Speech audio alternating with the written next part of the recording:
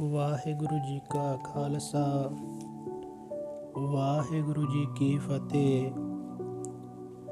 ਜੀਵਨ ਸਾਖੀਆਂ ਧੰਨ ਧੰਨ ਸੰਤ ਬਾਬਾ ਦਰਸ਼ਨ ਸਿੰਘ ਜੀ ਕੁੱਲੀ ਵਾਲੇ ਮਹਾਂਪੁਰਖ। ਪੁਸਤਕ ਪੂਰਨ ਸੋਈ ਸੰਤ ਲੜੀਵਾਰ। ਧੁਨ ਮੈਂ ਧਿਆਨ। ਬਾਬਾ ਜੀ ਸੰਗਤ ਨੂੰ ਸਵਾਸ ਸਿਮਰਨ ਅਤੇ ਧਿਆਨ ਸਾਧਨਾ ਕਰਨ ਲਈ ਬਹੁਤ ਜ਼ੋਰ ਦਿੰਦੇ ਸਨ। ਬਚਨ ਕਰਦੇ ਸਨ ਕਿ ਭਾਈ, ਮਨੁੱਖ ਹਰ ਇੱਕ ਕੰਮ ਧਿਆਨ ਨਾਲ ਕਰਦਾ ਹੈ। ਧਿਆਨ ਤੋਂ ਬਿਨਾਂ ਕੋਈ ਵੀ ਕਾਰਜ ਸਿਰੇ ਨਹੀਂ ਚੜ੍ਹਦਾ। ਪਰ ਇਹ ਗੁਰਬਾਣੀ ਧਿਆਨ ਨਾਲ ਨਹੀਂ ਸੁਣਦਾ। ਇਹ ਆਪਣੇ ਕੰਨ ਗੁਰਬਾਣੀ ਵੱਲ ਨਹੀਂ ਕਰਦਾ। ਨਿੰਦਾ, ਚੁਗਲੀ, ਹੋਰ ਸੰਸਾਰਿਕ ਗੱਲਾਂ ਬੜੇ ਧਿਆਨ ਨਾਲ ਸੁਣਦਾ ਹੈ, ਪਰ ਗੁਰਬਾਣੀ ਨੂੰ ਧਿਆਨ ਨਾਲ ਨਹੀਂ ਸੁਣਦਾ। ਪੁੱਤਰੋ, ਇੱਕੋ ਇੱਕ ਤਰੀਕਾ ਹੈ ਕਿ ਸ਼ਬਦ ਹਿਰਦੇ ਤੱਕ ਚਲਾ ਜਾਵੇ। ਉਹ ਤਰੀਕਾ ਹੈ ਕਿ ਕੰਨ ਗੁਰਬਾਣੀ ਸੁਣਨ ਤੇ ਧਿਆਨ ਸ਼ਬਦ ਵਿੱਚ ਹੋਵੇ। ਹੋਰ ਕੋਈ ਤਰੀਕਾ ਨਹੀਂ। ਗੁਰੂ ਪਾਤਸ਼ਾਹ ਜੀ ਨੇ ਬਿਲਕੁਲ ਸਪਸ਼ਟ ਕਰ ਦਿੱਤਾ ਹੈ ਕਿ ਧੁਨ ਮੈਂ ਧਿਆਨ, ਧਿਆਨ ਮਹਿ ਜਾਣਿਆ, ਗੁਰਮੁਖ ਅਕਥ ਕਹਾਣੀ। ਸ਼ਬਦ ਦੀ ਧੁਨ ਵਿੱਚ ਧਿਆਨ ਨੂੰ ਰੱਖਣਾ ਹੈ, ਇਹੀ ਸਾਧਨਾ ਕਰਨੀ ਹੈ। ਬਾਬਾ ਜੀ ਬਚਨ ਕਰਦੇ ਸਨ ਕਿ ਸ਼ਕਤੀ ਨਾਭੀ ਚੱਕਰ ਉੱਤੇ ਸੱਪ ਵਾਂਗ ਕੁੰਡਲਨੀ ਮਾਰ ਕੇ ਬੈਠੀ ਹੁੰਦੀ ਹੈ। ਜਿਸ ਵੇਲੇ ਸਾਧਕ ਸ਼ਬਦ ਦੀ ਸਾਧਨਾ ਕਰਦਾ ਹੈ ਤਾਂ ਉਸ ਵੇਲੇ ਸ਼ਬਦ ਦੀ ਧੁਨ ਇਸ ਕੁੰਡਲਨੀ ਸ਼ਕਤੀ ਨਾਲ ਟਕਰਾਉਂਦੀ ਹੈ। ਕੁੰਡਲਨੀ ਸੁਰਜਦੀ ਹੈ ਤੇ ਸ਼ਕਤੀ ਇਸ ਨਾਭੀ ਚੱਕਰ ਤੋਂ ਉੱਪਰ ਉੱਠਦੀ ਹੈ। ਬਚਨ ਵੀ ਹੈ, ਕੁੰਡਲਨੀ ਸੁਰਜੀ ਸਤ ਸੰਗਤ, ਪਰਮਾਨੰਦ ਗੁਰੂ ਮੁਖ ਮੱਚਾ। ਬਾਬਾ ਜੀ ਬਚਨ ਕਰਦੇ ਸਨ ਕਿ ਇਸ ਦੇਹੀ ਦੇ 6 ਕਮਰੇ ਹਨ, ਭਾਵ 6 ਚੱਕਰ ਹਨ। ਇਹਨਾਂ ਚੱਕਰਾਂ ਦੇ ਰਾਹੀਂ ਹੀ ਸ਼ਕਤੀ ਉੱਪਰ ਨੂੰ ਉੱਠਦੀ ਹੈ, ਜਿਸ ਨੂੰ ਪਾਤਸ਼ਾਹ ਵੀ ਬਖਸ਼ਿਸ਼ ਕਰਦੇ ਹਨ ਕਿ ਖੱਟ ਮਟ ਦੇਹੀ ਮਨ ਬੈਰਾਗੀ, ਸੁਰਤ ਸ਼ਬਦ ਧੁਨ ਅੰਤਰ ਜਾਗੀ। ਅਥਵਾ ਉਲਟਤ ਪਵਨ ਚੱਕਰ ਖਟ ਭੇਦੇ, ਸੁਰਤ ਸੁਨ ਅਨਰਾਗੀ। ਸਾਧਕ ਧਿਆਨ ਸਾਧਨਾ ਕਰਦਾ ਹੈ, ਉਸ ਦੀ ਇਕਾਗਰਤਾ ਇਤਨੀ ਬਣ ਜਾਂਦੀ ਹੈ ਕਿ ਸ਼ਕਤੀ ਨਾਭੀ ਚੱਕਰ ਨੂੰ ਵਿੰਨ ਜਾਂਦੀ ਹੈ। ਇਹ ਤ੍ਰਿਸ਼ਨਾ ਦਾ ਚੱਕਰ ਹੈ। ਇਸ ਚੱਕਰ ਨੂੰ ਵਿੰਨ ਕੇ ਸਾਧਕ ਦੀ ਤ੍ਰਿਸ਼ਨਾ ਖਤਮ ਹੋ ਜਾਂਦੀ ਹੈ। ਤ੍ਰਿਸ਼ਨਾ ਕਾਹਦੀ?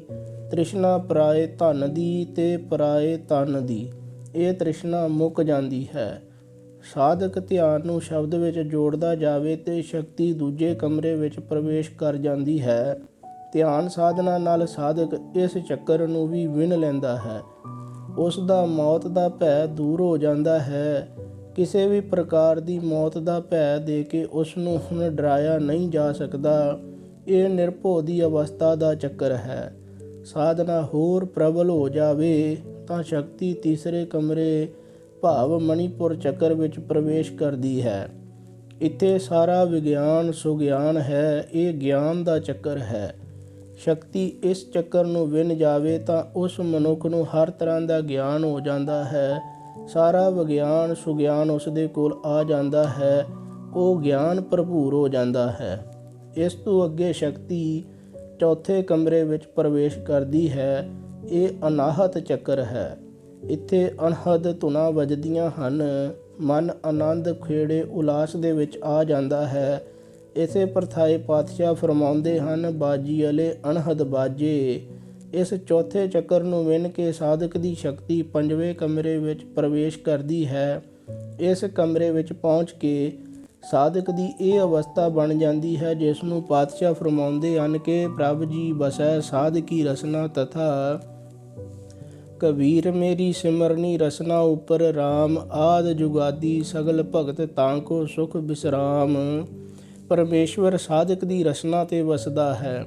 ਸਾਧਕ ਨੂੰ ਵਾਕ ਸਤ ਦੀ ਅਵਸਥਾ ਪ੍ਰਾਪਤ ਹੋ ਜਾਂਦੀ ਹੈ। ਜੋ ਵੀ ਬਚਨ ਮੁਖ ਤੋਂ ਨਿਕਲਦਾ ਹੈ ਉਹ ਸਤ ਹੋ ਜਾਂਦਾ ਹੈ। ਇਹ ਅਵਸਥਾ ਸਾਧਕ ਦੀ ਬਣ ਜਾਂਦੀ ਹੈ। ਪਾਤਸ਼ਾਹ ਬਚਨ ਕਰਦੇ ਹਨ ਕਿ ਬਿਰਥੀ ਕਦੇ ਨਾ ਹੋਵਈ ਜਨ ਕੀ ਅਰਦਾਸ, ਨਾਨਕ ਜੋਰ ਗੋਬਿੰਦ ਕਾ ਪੂਰਨ ਗੁਣਤਾਸ। ਪੁੱਤ, ਕਦੋਂ ਬਿਰਥੀ ਨਹੀਂ ਹੋਏਗੀ ਜਨ ਕੀ ਅਰਦਾਸ। ਇਸ ਅਵਸਥਾ 'ਤੇ ਸਾਧਕ ਜਦੋਂ ਪਹੁੰਚਦਾ ਹੈ, ਹੁਣ ਉਸ ਦੀ ਅਰਦਾਸ ਬਿਰਥੀ ਨਹੀਂ ਜਾਵੇਗੀ। ਇਹ ਪੰਜਵੇਂ ਕਮਰੇ ਦੀ ਅਵਸਥਾ ਹੈ। ਸਾਧਕ ਸ਼ਬਦ ਦਾ ਧਿਆਨ ਕਰਦਾ ਜਾਏ ਤੇ ਸ਼ਕਤੀ ਛੇਵੇਂ ਕਮਰੇ ਭਾਵ ਆਗਿਆ ਚੱਕਰ ਵਿੱਚ ਪ੍ਰਵੇਸ਼ ਕਰਦੀ ਹੈ। ਇਸੇ ਪ੍ਰਥਾਏ ਪਾਤਸ਼ਾਹ ਗੁਰਬਾਣੀ ਅੰਦਰ ਬਚਨ ਕਰਦੇ ਹਨ ਕਿ ਖੱਟ ਨੇਮ ਕਰ ਕੋਠੜੀ ਬਾਂਧੀ, ਬਸਤ ਅਨੂਪ ਬੀਚ ਪਾਈ, ਕੁੰਜੀ ਕੁਲਫ ਪ੍ਰਾਨ ਕਰ ਰਾਖੇ, ਕਰਤੇ ਵਾਰ ਨਾ ਲਾਈ। ਸਾਧਕ ਨੂੰ ਉਸ ਅਨੂਪ ਵਸਤੂ ਦੇ ਦਰਸ਼ਨ ਦਿਦਾਰੇ ਹੋ ਜਾਂਦੇ ਹਨ। ਪਰ ਪੁੱਤ, ਇੱਥੇ ਵੀ ਚੱਕਰ ਹੀ ਹੈ। ਇਹ ਆਤਮਾ ਪਰਮਾਤਮਾ ਦੀ ਅੰਸ਼ ਹੈ। ਇਸ ਦਾ ਆਦਿ ਪਰਮਾਤਮਾ ਹੈ ਤੇ ਇਸ ਦਾ ਅੰਤ ਵੀ ਪਰਮਾਤਮਾ ਹੀ ਹੈ। ਇਸ ਦੀ ਯਾਤਰਾ ਉਸ ਵਿੱਚ ਅਭੇਦ ਹੋ ਕੇ ਹੀ ਪੂਰੀ ਹੋਵੇਗੀ। ਜਿਵੇਂ ਪਾਣੀ ਦੀ ਯਾਤਰਾ ਸਮੁੰਦਰ ਤੋਂ ਸ਼ੁਰੂ ਹੁੰਦੀ ਹੈ, ਵਾਸ਼ਪੀਕਰਨ ਹੋ ਕੇ ਬੱਦਲ ਬਣਦੇ ਹਨ, ਪਹਾੜਾਂ ਵਿੱਚ ਬਾਰਿਸ਼ ਹੋ ਕੇ ਬਰਫ਼ ਬਣ ਜਾਂਦਾ ਹੈ, ਬਰਫ਼ ਪਿਘਲ ਕੇ ਦਰਿਆ ਵਿੱਚ ਵਹਿੰਦੀ ਹੈ, ਦਰਿਆ ਨਦੀਆਂ ਪਹਾੜਾਂ ਵਿੱਚ ਦੀ, ਮੈਦਾਨਾਂ ਵਿੱਚ ਦੀ ਹੋ ਕੇ ਸਮੁੰਦਰ ਵਿੱਚ ਸਮਾ ਜਾਂਦੇ ਹਨ। ਸਮੁੰਦਰ ਹੀ ਪਾਣੀ ਦੀ ਯਾਤਰਾ ਦਾ ਆਦਿ ਹੈ ਤੇ ਸਮੁੰਦਰ ਹੀ ਅੰਤ ਹੈ। ਇਵੇਂ ਹੀ ਪੁੱਤ, ਆਤਮਾ ਦਾ ਆਦਿ ਤੇ ਅੰਤ ਵੀ ਪਰਮਾਤਮਾ ਹੀ ਹੈ। 6 ਕਮਰਿਆਂ ਨੂੰ ਵੀ ਵਿੰਨ ਕੇ ਸ਼ਕਤੀ ਪਰਮੇਸ਼ਵਰ ਦਾ ਹੀ ਸਰੂਪ ਹੋ ਜਾਂਦੀ ਹੈ। ਇਸੇ ਅਵਸਥਾ ਪ੍ਰਥਾਏ ਪਾਤਸ਼ਾਹ ਬਚਨ ਕਰਦੇ ਹਨ ਕਿ ਨਾਨਕ ਲੀਨ ਭਇਓ ਗੋਬਿੰਦ ਸਿਉ, ਜਿਉ ਪਾਨੀ ਸੰਗ ਪਾਨੀ। ਸਾਰਥਕ ਮਨੁੱਖ ਤੇ ਨਿਰਾਰਥਕ ਮਨੁੱਖ। ਸੰਗਤਸਰ ਸਾਹਿਬ ਵਿਖੇ ਹੀ ਸੰਗਤ ਨਾਲ ਬਚਨ ਸਾਂਝੇ ਕਰ ਰਹੇ ਸਨ ਕਿ ਬਚਨ ਸਾਰਥਕ ਮਨੁੱਖ ਤੇ ਨਿਰਾਰਥਕ ਮਨੁੱਖ ਦਾ ਚੱਲ ਪਿਆ। ਬਾਬਾ ਜੀ ਨੇ ਬਚਨ ਕੀਤਾ ਕਿ ਸਾਰਥਕ ਮਨੁੱਖ ਗੁਰਬਾਣੀ ਸ਼ਬਦ ਨਾਲ ਜੁੜਦਾ ਹੈ। ਉਹ ਕਾਮ, ਕ੍ਰੋਧ, ਲੋਭ, ਮੋਹ ਦੇ ਵਿੱਚ ਰਹਿੰਦਾ ਹੋਇਆ ਵੀ ਇਹਨਾਂ 'ਚੋਂ ਅਰਥ ਕੱਢ ਲੈਂਦਾ ਹੈ। ਇਹਨਾਂ ਸ਼ਕਤੀਆਂ ਨੂੰ ਚੰਗੇ ਪਾਸੇ ਵਰਤਦਾ ਹੈ। ਪਰ ਨਿਰਾਰਥਕ ਮਨੁੱਖ ਇਹਨਾਂ ਦੇ ਵਿੱਚ ਖਚਿਤ ਹੋ ਜਾਂਦਾ ਹੈ ਤੇ ਆਪਣਾ ਜੀਵਨ ਵਿਅਰਥ ਗਵਾ ਲੈਂਦਾ ਹੈ। ਉਦਾਹਰਨ ਦੇ ਕੇ ਸਮਝਾਇਆ ਕਿ ਪੁੱਤ, ਨਿਰਾਰਥਕ ਮਨੁੱਖ ਦਾ ਅਹੰਕਾਰ ਉਸ ਨੂੰ ਦੁਨੀਆ ਵਿੱਚ ਭਟਕਾਈ ਰੱਖਦਾ ਹੈ। ਪਰਮੇਸ਼ਵਰ ਤੋਂ ਉਸ ਦੀ ਵਿੱਤ ਬਣੀ ਰਹਿੰਦੀ ਹੈ। ਉਸ ਦਾ ਅਹੰਕਾਰ ਉਸ ਦੀ ਮੱਤ ਵਿੱਚ ਕਦੇ ਪਰਮੇਸ਼ਵਰ ਦਾ ਖਿਆਲ ਆਉਣ ਨਹੀਂ ਦਿੰਦਾ। ਉਹ ਖੁਦ ਨੂੰ ਹੀ ਬਹੁਤ ਉੱਚਾ ਸਮਝਦਾ ਹੈ। ਭਗਤੀ ਸਾਰ ਨਾ ਜਾਣਨੀ ਮਨਮੁਖ ਅਹੰਕਾਰੀ, ਧੁਰਹੋ ਆਪ ਖੁਆਇਨ ਜੂਐ ਬਾਜੀ ਹਾਰੀ। ਪਰ ਸਾਰਥਕ ਮਨੁੱਖ ਇਸ ਅਹੰਕਾਰ ਨੂੰ ਵੀ ਅਣਖ ਦੇ ਰੂਪ ਵਿੱਚ, ਸਵੈਮਾਨ ਦੇ ਰੂਪ ਵਿੱਚ ਢਾਲ ਕੇ ਆਪਣੇ ਯੋਗ ਵਰਤਦੇ ਹਨ। ਬਾਬਾ ਜੀ ਬਚਨ ਕਰਦੇ ਸਨ ਕਿ ਭਗਤ ਧੰਨਾ ਜੱਟ ਜੀ ਨੂੰ ਜਦੋਂ ਪਤਾ ਲੱਗਾ ਕਿ ਗਪੀਰ ਜੀ ਜੁਲਾਏ ਹਨ, ਸੈਣ ਜੀ ਨਾਈ ਹਨ, ਭਗਤ ਜੀ ਦਾ ਸਵੈਮਾਨ ਜਾਗਿਆ ਤੇ ਭਗਤ ਜੀ ਨੇ ਸੋਚਿਆ ਕਿ ਕਬੀਰ ਜੁਲਾਹਾ ਹੋ ਕੇ ਰੱਬ ਨੂੰ ਪਾ ਸਕਦਾ ਹੈ, ਸੈਣ ਜੀ ਨਾਈ ਹੋ ਕੇ ਰੱਬ ਨੂੰ ਪਾ ਸਕਦੇ। ਉਹ ਧੰਨਿਆ ਉੱਠ, ਤੂੰ ਤੇ ਜੱਟ ਏ, ਤੂੰ ਨਹੀਂ ਪਾ ਸਕਦਾ। ਭਗਤ ਦਾ ਅਹੰਕਾਰ ਸ਼ੁੱਧ ਰੂਪ ਵਿੱਚ ਸਵੈਮਾਨ ਬਣ ਜਾਂਦਾ। ਭਗਤ ਧੰਨਾ ਜੀ ਕਬੀਰ ਜੀ ਤੇ ਸੈਣ ਜੀ ਬਾਰੇ ਸੁਣ ਕੇ ਭਗਤੀ ਵਿੱਚ ਬੈਠ ਗਏ ਤੇ ਉਹ ਵੀ ਪਰਮੇਸ਼ਵਰ ਦਾ ਹੀ ਰੂਪ ਹੋ ਗਏ। ਇਹ ਬਿਦ ਸੁਣ ਕੇ ਜਾਟ ਰੋ ਉੱਠ ਭਗਤੀ ਲਾਗਾ, ਮਿਲੇ ਪ੍ਰਤੱਖ ਗੋਸਾਈਆਂ ਧੰਨਾ ਵਡਭਾਗਾ। ਇਉਂ ਉਦਾਹਰਨ ਦਿੱਤੀ ਕਿ ਪੁੱਤ, ਨਿਰਾਰਥਕ ਮਨੁੱਖ ਮੋਹ ਦੇ ਚਿੱਕੜ ਵਿੱਚ ਫਸ ਜਾਂਦਾ ਤੇ ਉਹ ਇੱਕ ਕਦਮ ਵੀ ਚੱਲ ਨਹੀਂ ਪਾਉਂਦਾ। ਇਸੇ ਮੋਹ ਦੇ ਚਿੱਕੜ ਵਿੱਚ ਉਹ ਫਸਿਆ ਰਹਿੰਦਾ। ਮਹਾ ਮੋਹ ਅੰਧ ਕੂਪ ਭਰਿਆ, ਪਾਰ ਬ੍ਰਹਮ ਮਾਇਆ ਪਟਲ ਬਿਸਰਿਆ। ਪਰ ਸਾਰਥਕ ਮਨੁੱਖ ਇਸ ਮੋਹ ਨੂੰ ਵੀ ਵਰਤ ਲੈਂਦਾ। ਸਾਰਥਕ ਮਨੁੱਖ ਗੁਰਬਾਣੀ ਦਾ ਮੋਹ ਕਰਦਾ, ਉਸਨੂੰ ਗੁਰਬਾਣੀ ਨਾਲ ਮੋਹ ਹੋ ਜਾਂਦਾ। ਜੇ ਮੋਹ ਹੀ ਨਾ ਪਵੇ ਤੇ ਗੁਰਬਾਣੀ ਕਿਵੇਂ ਪੜ੍ਹੇ? ਪਹਿਲੇ ਇਹ ਗੁਰਬਾਣੀ ਦਾ ਮੋਹ ਹੀ ਸਾਰਥਕ ਮਨੁੱਖ ਨੂੰ ਗੁਰਬਾਣੀ ਪੜ੍ਹਨ ਵਾਲੇ ਪਾਸੇ ਲਾਈ ਰੱਖਦਾ। ਦਿਨੋਂ ਦਿਨ ਵਧੇਰਾ ਗੁਰਬਾਣੀ ਦਾ ਮੋਹ ਕਰਦਾ ਤੇ ਵਧੇਰਾ ਸਮਾਂ ਗੁਰਬਾਣੀ ਵਿੱਚ ਲਾਉਂਦਾ। ਸੱਚੀ ਭਗਤੀ ਮਨ ਲਾਲਥੀਆ, ਰੱਤਾ ਸਹਿਜ ਸੁਭਾਏ। ਗੁਰ ਸ਼ਬਦੀ ਮਨ ਮੋਹਿਆ, ਕਹਿਣਾ ਕਛੂ ਨਾ ਜਾਏ। ਭਗਤ ਜਨ ਮੋਹ ਦੀ ਸ਼ਕਤੀ ਨੂੰ ਵਰਤ ਕੇ ਇਸ ਨੂੰ ਪ੍ਰੇਮ ਦੀ ਸ਼ਕਤੀ ਵਿੱਚ ਬਦਲ ਲੈਂਦੇ ਹਨ। ਨਿਰਾਰਥਕ ਮਨੁੱਖ ਦਾ ਮੋਹ ਹੀ ਸਾਰਥਕ ਮਨੁੱਖ ਦਾ ਪ੍ਰੇਮ ਹੈ। ਅੱਗੇ ਬਚਨ ਕੀਤਾ ਕਿ ਪੁੱਤ, ਸਾਰਥਕ ਮਨੁੱਖ ਕ੍ਰੋਧ ਨੂੰ ਵੀ ਸਾਰਥਕ ਤਰੀਕੇ ਵੱਲ ਵਰਤਦੇ ਹਨ। ਨਿਰਾਰਥਕ ਮਨੁੱਖ ਕ੍ਰੋਧ ਦੀ ਅਗਨੀ ਵਿੱਚ ਆਪ ਵੀ ਤਪਦਾ ਹੈ ਤੇ ਅਗਲੇ ਨੂੰ ਵੀ ਤਪਾਉਂਦਾ ਹੈ। ਕਠਨ ਕ੍ਰੋਧ ਘਟ ਹੀ ਕੇ ਭੀਤਰ, ਜੇ ਸੁਧ ਸਭ ਬਿਸਰਾਈ। ਪਰ ਸਾਰਥਕ ਮਨੁੱਖ ਇਸ ਨੂੰ ਵੀ ਸਾਰਥਕ ਢੰਗ ਨਾਲ ਵਰਤ ਲੈਂਦੇ। ਉਦਾਹਰਨ ਦਿੱਤੀ ਕਿ ਜਿਵੇਂ ਕਿਸੇ ਨਿਰਦੋਸ਼ ਤੇ ਕੋਈ ਜ਼ੁਲਮ ਕਰਦਾ ਹੋਵੇ ਤੇ ਉਸ ਵੱਲ ਦੇਖ ਕੇ ਭਲੇ ਇਨਸਾਨ ਨੂੰ ਜ਼ੁਲਮੀ ਤੇ ਕ੍ਰੋਧ ਆਉਂਦਾ ਹੈ। ਉਹ ਫਿਰ ਵੀਰ ਰਸ ਵਿੱਚ ਆ ਜਾਂਦਾ ਤੇ ਉਸ ਦੀ ਰੱਖਿਆ ਕਰਦਾ ਹੈ। ਇਉਂ ਸਾਰਥਕ ਮਨੁੱਖ ਕ੍ਰੋਧ ਵਿੱਚ ਤਪਦਾ ਤਬਾਉਂਦਾ ਨਹੀਂ, ਉਸ ਦਾ ਕ੍ਰੋਧ ਵੀਰ ਰਸ ਦਾ ਰੂਪ ਧਾਰਦਾ ਹੈ ਤੇ ਇਸੇ ਨੂੰ ਸਾਰਥਕ ਢੰਗ ਨਾਲ ਵਰਤ ਲੈਂਦਾ ਹੈ। ਜੈਸੇ ਬਚਨ ਹੈ, ਜਾਗੇ ਸਿੰਘ ਬਲਵੰਤ ਵੀਰ ਸਭ ਦੁਸ਼ਟ ਖਪਾਏ। ਅੱਗੇ ਬਚਨ ਕੀਤਾ ਕਿ ਨਰਾਰਥਕ ਮਨੁੱਖ ਹਰ ਵੇਲੇ ਕਾਮ ਨੂੰ ਚਿਤਵਦਾ ਹੈ। ਕਾਮ ਚਿਤੈ ਕਾਮਨ ਹਿਤਕਾਰੀ ਅਥਵਾ ਪਾਪੀ ਹੀ ਮੈਂ ਕਾਮ ਬਸਾਏ। ਮਨ ਚੰਚਲ ਜਾਂ ਤੇ ਗਹਿਓ ਨਾ ਜਾਏ। ਉਸ ਦੇ ਮਨ ਵਿੱਚ ਕਾਮ ਵਾਸਨਾ ਹੀ ਅੱਠੋ ਪੈਰ ਰਹਿੰਦੀ ਹੈ ਤੇ ਨਰਾਰਥਕ ਮਨੁੱਖ ਦੁੱਖ ਪਾਉਂਦਾ ਹੈ। ਪਾਤਸ਼ਾਹ ਜੀ ਉਦਾਹਰਨ ਦੇ ਕੇ ਸਮਝਾਉਂਦੇ ਹਨ ਕਿ ਜਿਵੇਂ ਸੁਹਾਗਾ ਕੋਠਾਲੀ ਵਿੱਚ ਪਾਏ ਹੋਏ ਸੋਨੇ ਨੂੰ ਢਿੱਲਾ ਕਰ ਦਿੰਦਾ ਹੈ, ਤਿਵੇਂ ਹੀ ਕਾਮ ਵੀ ਮਨੁੱਖੀ ਸਰੀਰ ਨੂੰ ਨਿਰਬਲ ਕਰ ਦਿੰਦਾ ਹੈ। ਕਾਮ ਕ੍ਰੋਧ ਕਾਇਆ ਕੋ ਗਾਲੈ, ਜੋ ਕੰਚਨ ਸੁਹਾਗਾ ਢਾਲੈ। ਪੁੱਤ ਸਾਰਥਕ ਮਨੁੱਖ ਵੀ ਕਾਮ ਵਿੱਚ ਵਰਤਦਾ ਹੈ, ਪਰ ਉਹ ਇਸ ਵਿੱਚ ਖਚਤ ਨਹੀਂ ਹੁੰਦਾ। ਉਸ ਲਈ ਦੇਖ ਪਰਾਈਆਂ ਚੰਗੀਆਂ ਮਾਵਾਂ ਭੈਣਾਂ ਧੀਆਂ ਜਾਣੈ। ਉਸ ਲਈ ਪਰਾਈ ਇਸਤਰੀ ਮਾਂ ਭੈਣ ਧੀ ਸਮਾਨ ਹੁੰਦੀ ਹੈ। ਇਉਂ ਉਸ ਦਾ ਜੀਵਨ ਸਾਰਥਕ ਰਹਿੰਦਾ ਹੈ। ਸਾਰਥਕ ਮਨੁੱਖ ਲੋਭ ਨੂੰ ਵੀ ਸਾਰਥਕ ਪਾਸੇ ਲਾਉਂਦਾ ਹੈ। ਉਹ ਨਰਾਰਥਕ ਮਨੁੱਖ ਵਾਂਗ ਧਨ ਦਾ ਲੋਭ ਨਹੀਂ ਕਰਦਾ। ਜੈਸੇ ਬਚਨ ਹੈ ਕਿ ਇਹੋ ਮਨ ਰਾਜਾ ਲੋਭੀਆ ਲੋਭ ਤੋ ਲੋ ਭਾਈ। ਗੁਰਮੁਖ ਲੋਭ ਨਿਵਾਰੀਐ ਹਰ ਸਿਉ ਬਣ ਆਈ। ਉਹ ਧਨ ਪਿੱਛੇ ਜੀਵਨ ਵਿਅਰਥ ਨਹੀਂ ਗਵਾਉਂਦਾ। ਉਹ ਸੇਵਾ ਸਿਮਰਨ ਦਾ ਲੋਭ ਕਰਦਾ ਹੈ। ਉਹ ਸੇਵਾ ਸਿਮਰਨ ਦੀ ਪੂੰਜੀ ਇਕੱਠੀ ਕਰਦਾ ਹੈ। ਨਿਤ ਨਿਤ ਇਹੀ ਲੋਭ ਕਰਦਾ ਹੈ ਕਿ ਹੋਰ ਸੇਵਾ ਕਰ ਲਈਏ, ਹੋਰ ਸੇਵਾ ਕਰ ਲਈਏ। ਇਹੀ ਖਜ਼ਾਨਾ ਉਹ ਇਕੱਠਾ ਕਰਦਾ ਹੈ। ਨਰ ਪ੍ਰਾਣੀ ਪ੍ਰੀਤ ਮਾਇਆ ਧਨ ਖਾਟੇ, ਗੁਰਸਿੱਖ ਪ੍ਰੀਤ ਗੁਰ ਮਿਲੈ ਗਲਾਟੇ। ਨਿਰਾਰਥਕ ਮਨੁੱਖ ਅੰਦਰ ਜਿਹੜੀ ਲੋਭ ਦੀ ਸ਼ਕਤੀ ਵਰਤਦੀ ਹੈ, ਉਹੀ ਸ਼ਕਤੀ ਸਾਰਥਕ ਮਨੁੱਖ ਅੰਦਰ ਸੰਤੋਖ ਬਣ ਜਾਂਦੀ ਹੈ। ਸਾਰਥਕ ਮਨੁੱਖ ਸੰਤੋਖੀ ਹੁੰਦਾ ਹੈ ਤੇ ਸੇਵਾ ਸਿਮਰਨ ਵਿੱਚ ਜੁੜਦਾ ਹੈ। ਇਉਂ ਬਾਬਾ ਜੀ ਨੇ ਸਾਰੀ ਸੰਗਤ ਨੂੰ ਸਾਰਥਕ ਤੇ ਨਰਾਰਥਕ ਮਨੁੱਖ ਦਾ ਭੇਦ ਸਮਝਾਇਆ ਤੇ ਗੁਰੂ ਗ੍ਰੰਥ ਸਾਹਿਬ ਜੀ ਦੇ ਲੜ ਲੱਗਣ ਦਾ ਉਪਦੇਸ਼ ਕੀਤਾ।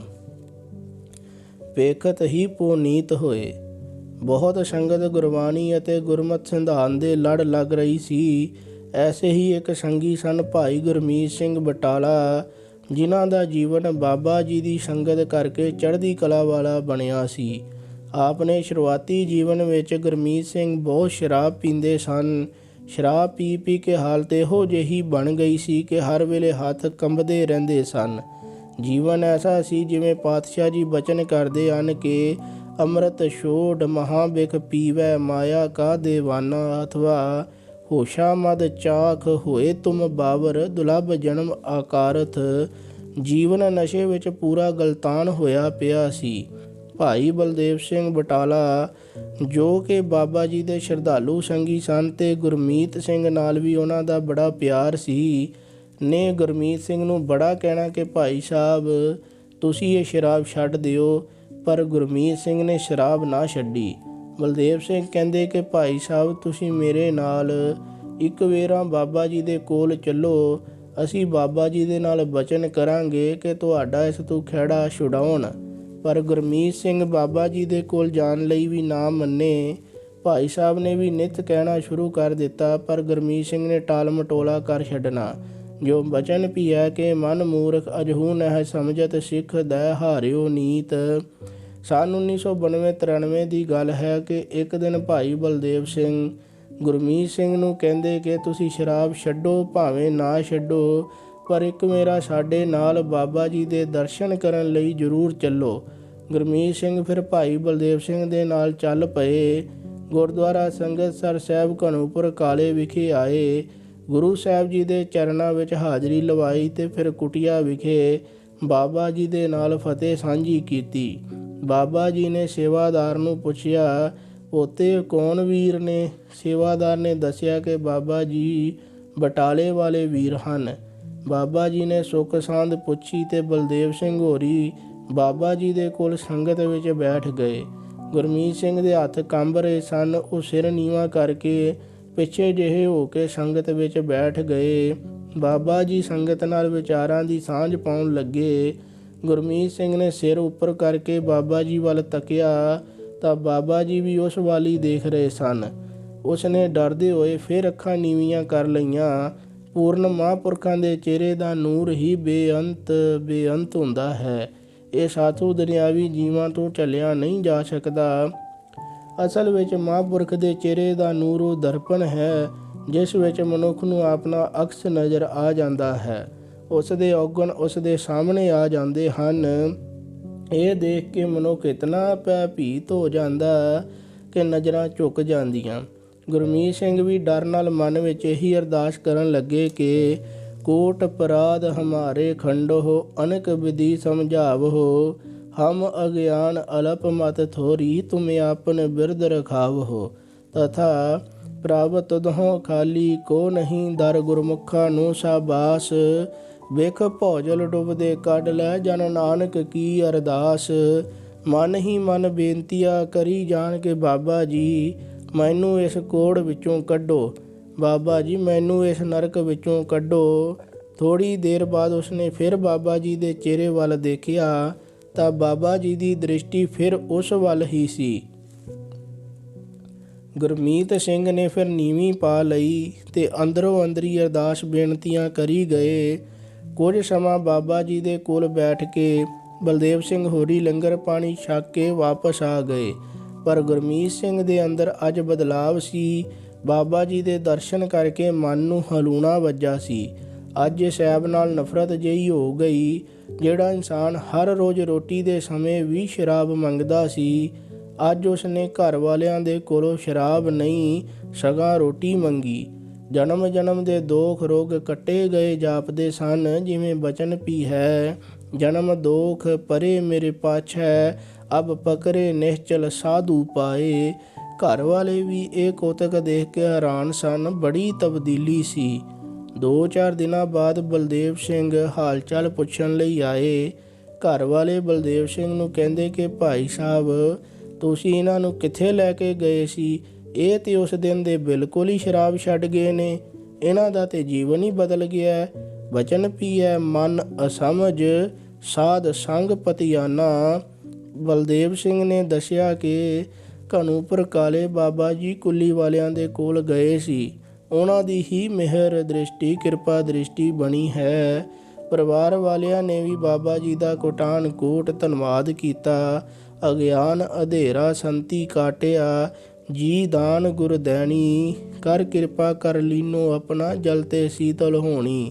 ਕੁਝ ਦਿਨਾਂ ਬਾਅਦ ਬਾਬਾ ਜੀ ਨੇ ਗੁਰਦੁਆਰਾ ਸੰਗਤਸਰ ਸਾਹਿਬ ਘਨੂਪੁਰ ਕਾਲੇ ਵਿਖੇ ਅੰਮ੍ਰਿਤ ਸੰਚਾਰ ਕੀਤਾ। ਗੁਰਮੀਤ ਸਿੰਘ ਤੇ ਉਹਨਾਂ ਦੀ ਜੀਵਨ ਸਾਥੀ ਖੰਡੇ ਬਾਟੇ ਦੀ ਪੌਲ ਲੈ ਕੇ ਗੁਰੂ ਕੇ ਸਿੰਘ ਸੱਜ ਗਏ। ਗੁਰੂ ਸਾਹਿਬ ਜੀ ਨੇ ਬੜੀ ਕਿਰਪਾ ਕੀਤੀ ਤੇ ਪਾਤਸ਼ਾਹ ਜੀ ਦੇ ਬਚਨ, ਗੁਰ ਪ੍ਰਸਾਦੀ ਜੀਵਤ ਮਰੈ, ਉਲਟੀ ਹੋਵੈ ਮਤ ਬਦਲਾਓ ਅਨੁਸਾਰ ਬਾਬਾ ਜੀ ਦੇ ਅਸ਼ੀਰਵਾਦ ਸਦਕਾ ਗੁਰਮੀਤ ਸਿੰਘ ਦਾ ਜੀਵਨ ਹੀ ਬਦਲ ਗਿਆ।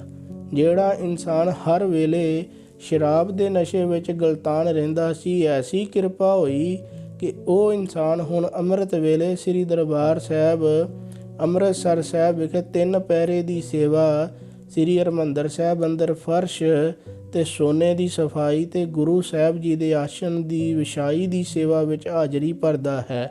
ਬੜੇ ਬੇਅੰਤ ਕੌਤਕ ਪਾਤਸ਼ਾਹ ਜੀ ਦੇ ਹਨ। ਬਚਨ ਵੀ ਹੈ, ਕਾਟ ਸਿਲਕ ਜਿਸ ਮਾਰਗ ਪਾਏ, ਸੋ ਵਿੱਚ ਸੰਗਤ ਵਾਸਾ ਪਾਏ ਦਾ, ਅਥਵਾ ਕਾਟ ਸਿਲਕ ਪ੍ਰਭ ਸੇਵਾ ਲਾਇਆ, ਹੁਕਮ ਸਾਹਿਬ ਕਾ ਸੇਵਕ ਮਨ ਭਾਇਆ, ਸੋਈ ਕਮਾਵੈ ਜੋ ਸਾਹਿਬ ਭਾਵੈ, ਸੇਵਕ ਅੰਤਰ ਬਾਹਰ ਮਾਹਰ ਜੀਓ। ਬਟਾਲੇ ਤੋਂ ਸ੍ਰੀ ਅੰਮ੍ਰਿਤਸਰ ਸਾਹਿਬ ਵਿਖੇ ਜਾਣਾ ਤੇ ਸ੍ਰੀ ਦਰਬਾਰ ਸਾਹਿਬ ਵਿਖੇ 3 ਪਹਿਰੇ ਦੀ ਸੇਵਾ ਵਿੱਚ ਹਾਜ਼ਰੀ ਭਰਨੀ। ਅੰਮ੍ਰਿਤ ਵੇਲੇ 3 ਵਜੇ ਨਾਲ ਸੇਵਾ ਕਰਕੇ ਫਿਰ ਬਾਬਾ ਅਟਲ ਰਾਏ ਜੀ ਦੇ ਅਸਥਾਨ 'ਤੇ ਜਾ ਕੇ ਅੰਮ੍ਰਿਤ ਵੇਲੇ ਦੀ ਸੇਵਾ ਵਿੱਚ ਹਾਜ਼ਰੀ ਭਰਨੀ। ਜਾਗਤ ਜਾਗ ਰਹਿ ਗੁਰ ਸੇਵਾ, ਬਿਨ ਹਰ ਮੈਂ ਕੋ ਨਾਹੀ। ਬੜੀ ਬੇਅੰਤ ਬਖਸ਼ਿਸ਼ ਪਾਤਸ਼ਾਹ ਜੀ ਨੇ ਕੀਤੀ। ਗੁਰੂ ਨਾਨਕ ਸਾਹਿਬ ਜੀ ਦੇ ਵਿਆਹ ਪੁਰਬ ਦੇ ਦਿਹਾੜੇ 'ਤੇ ਵੀ ਗੁਰਮੀਤ ਸਿੰਘ ਹੋਰੀ ਸੰਗਤ ਦਾ ਲੰਗਰ ਆਪਣੇ ਗ੍ਰਹਿ ਵਿਖੇ ਕਰਦੇ ਹਨ। ਇਤਨਾ ਜੀਵਨ ਵਿੱਚ ਬਦਲਾਅ ਆ ਗਿਆ। ਇਹ ਗੁਰੂ ਸਾਹਿਬ ਜੀ ਦੀ ਕਿਰਪਾ ਸੀ, ਬਾਬਾ ਜੀ ਦਾ ਆਸ਼ੀਰਵਾਦ ਸੀ, ਪਰੋਪਕਾਰ ਸੀ, ਦਇਆ ਸੀ। ਇਸੇ ਲਈ ਕਬੀਰ ਸਾਹਿਬ ਜੀ ਵੀ ਉਪਦੇਸ਼ ਕਰਦੇ ਹਨ ਕਿ ਕਬੀਰ ਸੰਤ ਕੀ ਗੈਲ ਨਾ ਛੋੜੀਐ, ਮਾਰਗ ਲਾਗਾ ਜਾਓ, ਪੇਖਤ ਹੀ ਪੁਨੀਤ ਹੋਏ, ਭੇਟਤ ਜਪੀਐ ਨਾਉ। ਵਾਹਿਗੁਰੂ ਜੀ ਕਾ ਖਾਲਸਾ, ਵਾਹਿਗੁਰੂ ਜੀ ਕੀ ਫਤਿਹ।